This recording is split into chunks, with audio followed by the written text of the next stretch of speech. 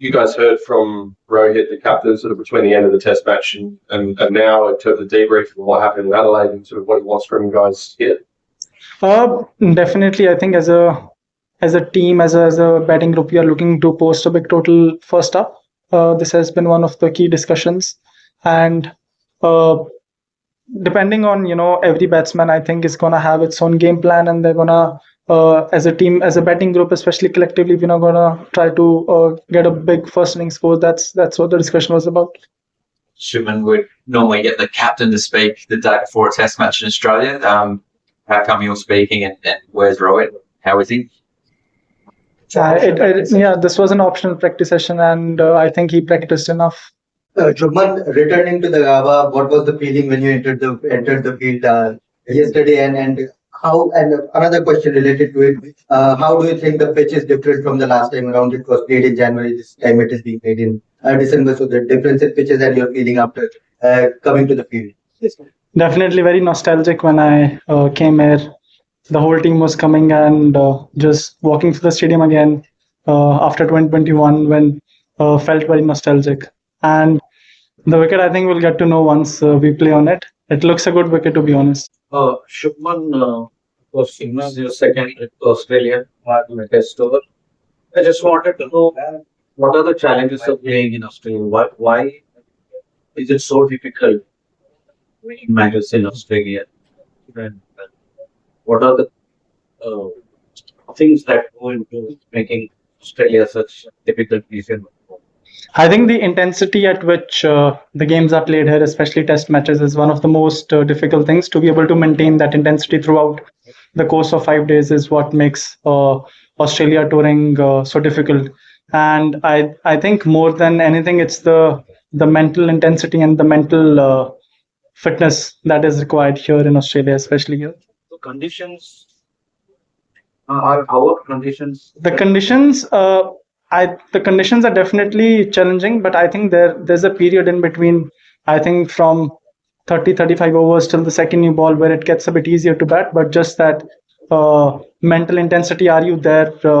Because obviously the pitches are fast, and the history of Australia, they've played with fast bowlers because the wickets have been hard, bounce, fast. So you have to be right there on the mental fitness and be ready and play with the same intensity at which you came at the crease in the start. Just on that, when you had stars in both the innings in Adelaide, and how challenging is it to keep maintaining the intensity when there's no let up in the bowling, one after they just keep coming at you? What do you do to ensure that you're fresh in mind?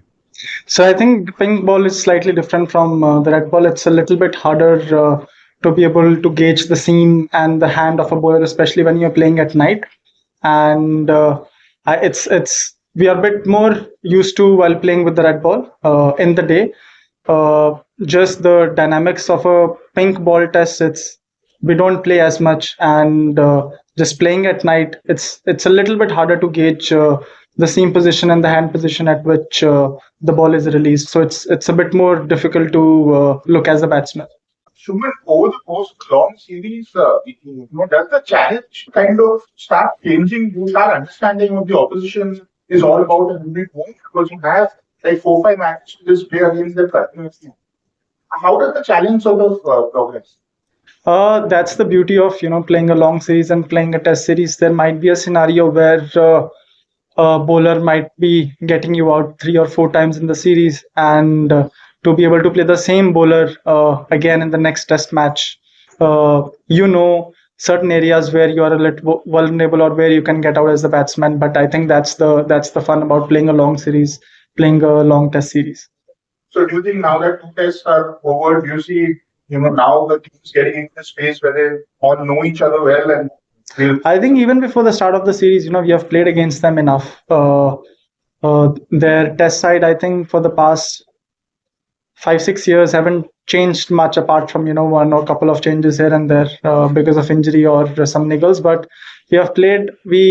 They also know what are the areas that we are going to target at them, and we also know what are the areas that we are going to target at them. So I think even before coming here, there was the both teams knew what would be the challenges coming here, and like I said, that's the fun part about being able to play a good long series, because there is more than the skill. There is a lot more mental tactics involved here. And one of the bowlers who's got you out and Adelaide, Scott Boland, won't play this decade.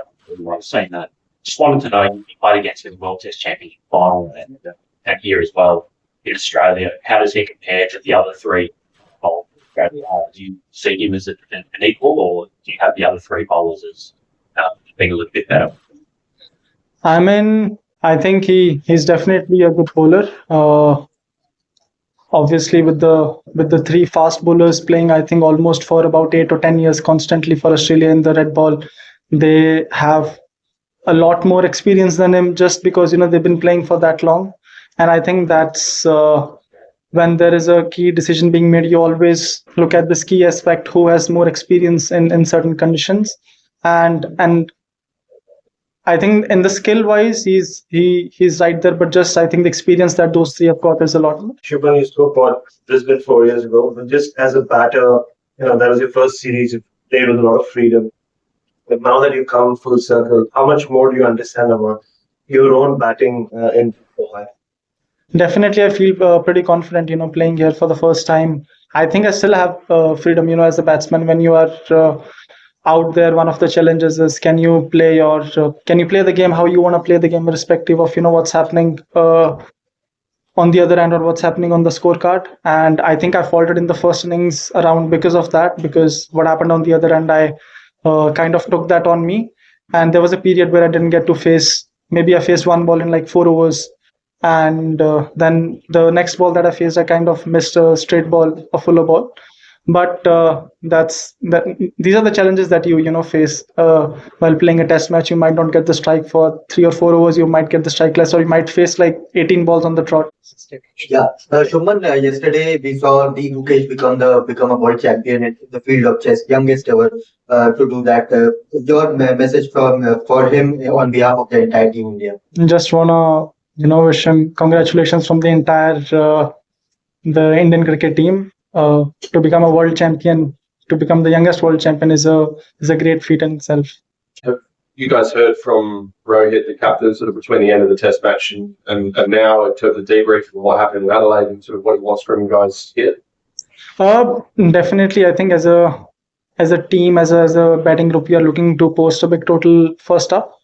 This has been one of the key discussions, and depending on every batsman, I think is gonna have its own game plan, and they're gonna as a team, as a batting group, especially collectively, we're not gonna try to get a big first inning score. That's what the discussion was about.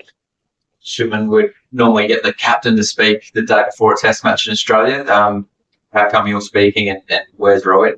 How is he? This was an optional practice session, and I think he practiced enough.